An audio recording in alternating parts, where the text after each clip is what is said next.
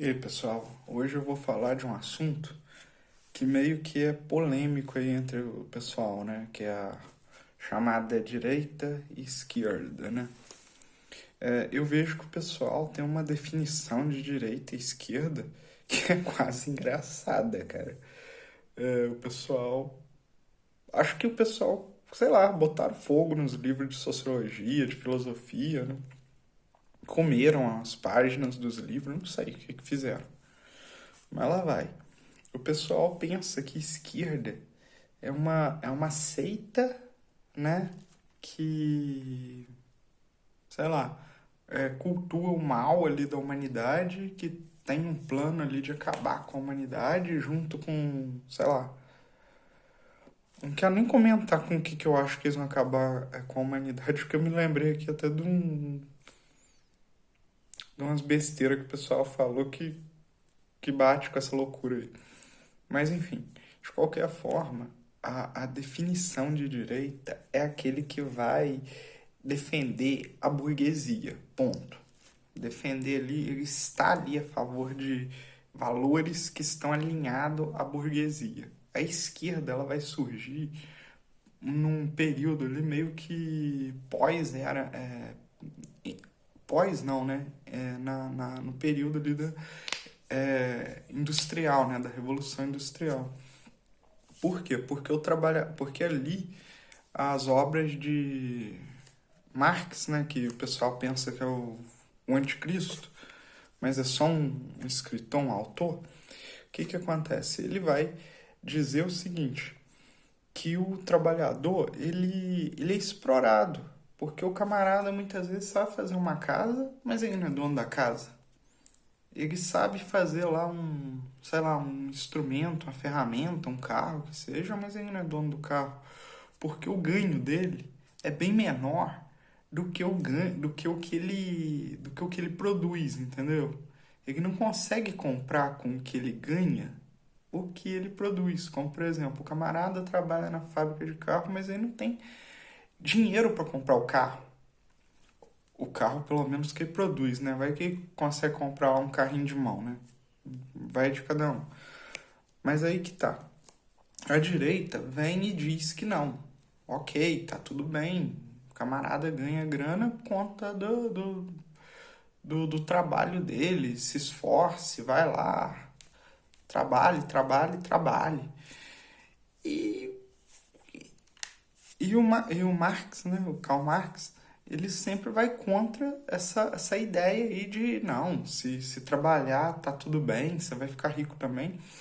Porque ele vai colocando ali no trabalho dele a questão da riqueza herdada, da outros fatores ali que pode te ajudar a se tornar, né, a se tornar rico ou dono de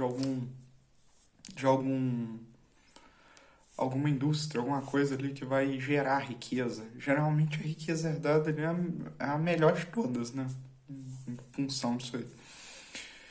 Mas de qualquer forma, a ascensão social, ela existe, até existe, mas ela é tipo ganhar na loteria. Você nunca vai ter uma grande ascensão social assim, nesses meios de trabalho até ficar sem as peles das mãos, sabe? Não, não, não pense isso. O fato é que sim, o trabalho ele é importante, ele vai. Karl Marx nunca disse que não. Trabalho é importante, você precisa trabalhar, você precisa ter seu sustento e tal, mas a necessidade de justiça social, que já era discutida lá em Aristóteles, né? Que o camarada que. Como é que um camarada que ganha pouco pode pagar um imposto alto? E como é que. Entendeu? E como é que um camarada que já está ganhando muito vai pagar um imposto menor? A direita vai ser contra essas ideias aí desses pensadores. Por quê? Porque não é bom para eles. Assim como a esquerda vai procurar o que é bom para ela. Eu, particularmente, me alinho com a esquerda, porque eu acredito que é necessária a justiça social, é necessário uh, a igualdade. Mas aí, antes que alguém diga que que isso tem a ver com tirar dos ricos e dar pros pobres, que eu acho que o pessoal aprendeu sociologia com Robin Hood, né? Não tem. Não tem a ver com tirar dos ricos e dar pros pobres. Tem a ver com a construção de um mundo mais justo. Entendeu?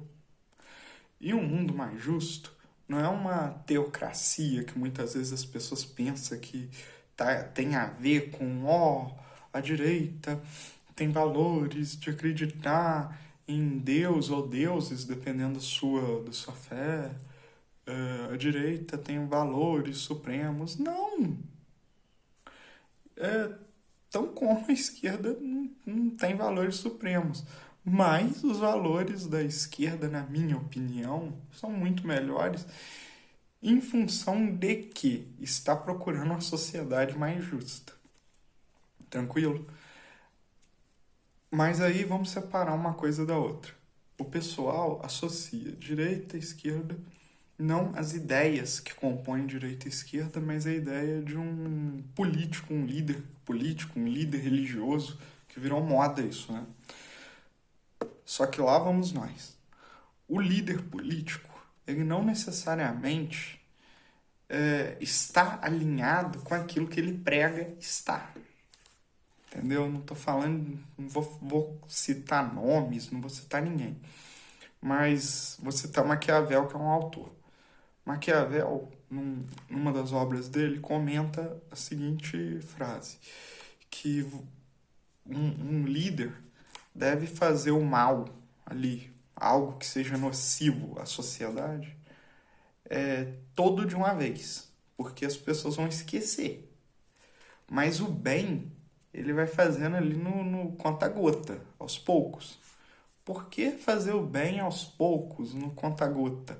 Para a sociedade se lembrar dessas pequenas caridades, entendeu? E a sociedade, lembrando dessas pequenas caridades, eles vão se tornar fiéis a candidatos, a líderes políticos, líderes religiosos, enfim. É aquela questão de comer os restos que caem debaixo da mesa, né? Se é que vocês me entendem.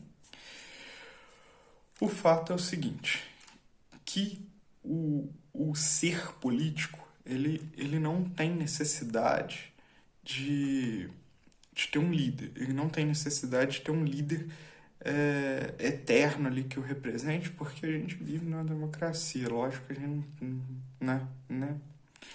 Mas a gente tem necessidade de ter uma consciência política para entender que as transições políticas são necessárias, são boas e que a gente tem que defender também um lado ali legitimamente, né, sem achar que tá numa guerra santa, né, que isso aqui não é Cavaleiro do Zodíaco.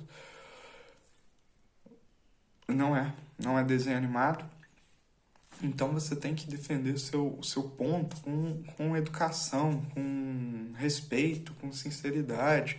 Não é também com aquela palhaçada de bater ali no argumento do outro, desvalorizar o argumento do outro para valorizar o seu, que inclusive é também uma tática ali do governante no livro do Maquiavel, O Príncipe, né? Que é quando você quer invalidar alguém, você vai lá e invalida o argumento da pessoa, invalida o que aquela pessoa diz, o que aquela pessoa acredita, ou seja, o político que quer subir ao poder de qualquer jeito, ele vai chegar ali e vai falar as baboseiras dele, entendeu? Isso dá uma ideia. As definições de esquerda, direita, e o que é um político e o que é democracia, dão ideias a você do que você deve fazer, entendeu? E não brigar com as pessoas em função de políticos, líderes religiosos, líderes políticos. Não, nada disso. Isso é muito, muito horrível. Muito. Posicionamento, acho muito bom. esperar que exista pessoas perfeitas, maravilhosas, isso é loucura. No entanto, contudo e todavia, é necessário haver posicionamento e diálogo entre as pessoas, entre os mesmos líderes que você não deve confiar tanto, né? Não, quando eu digo não confiar, não digo numa posição anarquista, mas numa posição de senso crítico. Perguntar duas vezes também, né? Porque muitas vezes eu vejo que as pessoas pensam que senso crítico não é você perguntar, tentar entender por vários pontos de vista, mas as pessoas muitas vezes pensam que senso crítico é você duvidar de tudo, é você entrar na era da pós-verdade, que inclusive parece que é até uma moda, né, a pós-verdade, tipo assim, eu não vou acreditar nisso porque eu não acredito naquilo, e que eu não acredito, não faz sentido pra mim, aí eu fico me perguntando, pô, que tipo de ser humano é esse que não quer acreditar em nada, por algum motivo, sai militando pelo não acredito? Bom, de fato, você não é obrigado a acreditar em nada, você não é obrigado a ter crenças, mas você tem necessidade de ter questionamentos, argumentos, ouvir, entendeu? Aprender com o que você ouve, ao passo também que você tenha sabedoria para você ensinar alguma coisa, né? E se você não tiver sabedoria, fique com a seguinte frase, que se eu não me engano, tá entre as frases, pode ser que eu me engane, mas eu acho que tá entre as frases do rei Salomão, hein? Que o maior dos idiotas se passa como sábio quando se fica calado. E é isso, gente. Eu agradeço por quem assistiu esse vídeo e peço, assim, de coração que entendam a proposta do que eu acabei de dizer.